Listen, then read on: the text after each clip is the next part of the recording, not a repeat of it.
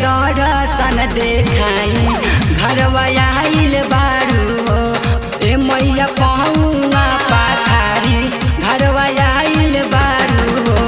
ए मैया पहुआ पाखारी घरवा आइल बारू हो।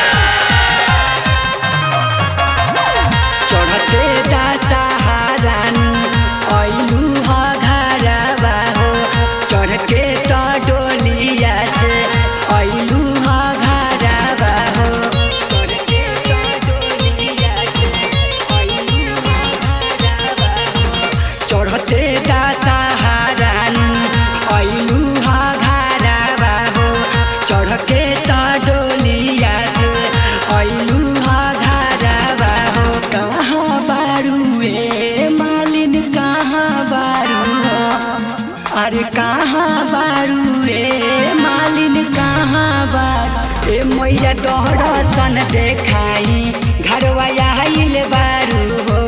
ए मैया पहुआ पाखारी घरवा आइल बारू हो।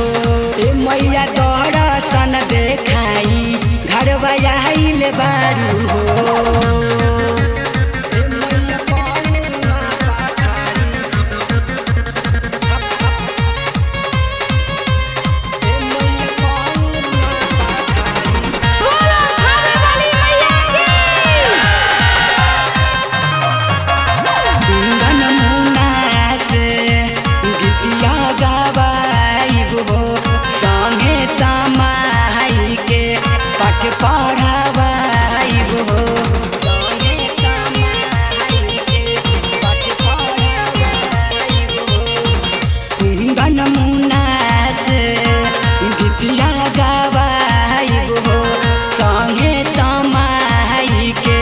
पठ पढ़ावाइबो दया करिए माई दया करी हो।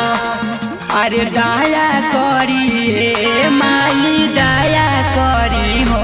ए मैया दर्शन देखाई घरवा आइल बारू हो।